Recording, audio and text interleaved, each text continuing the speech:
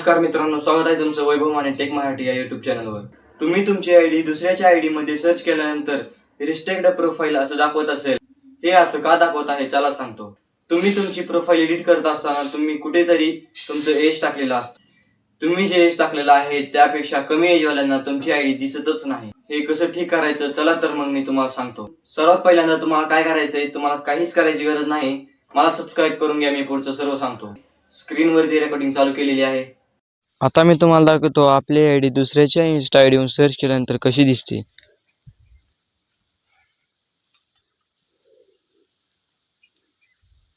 तर मी आयडी मध्ये आलेलो आहे। आयडी मध्ये आल्यानंतर हे रिस्ट्रिक्ट प्रोफाइल हे असं दिसतंय। तर हे कसं ठीक करायचं चला तर मग मी तुम्हाला सांगतो।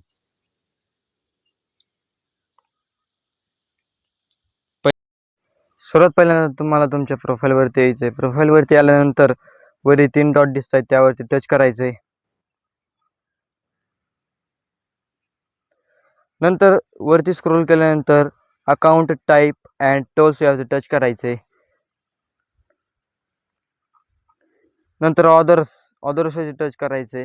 नंतर एकदम खाली मिनिमम एज वरती टच करायचंय। इथे आल्यानंतर तुम्हाला दिसेल मिनिमम एज 18, हे तुम्हाला रिमूव्ह करून टाकायचंय। रिमूव्ह केल्यानंतर बॅक यायचं तुम्हाला। त्यानंतर आपण बघूया हे प्रॉब्लेम सॉल्व्ह झाला का नाही।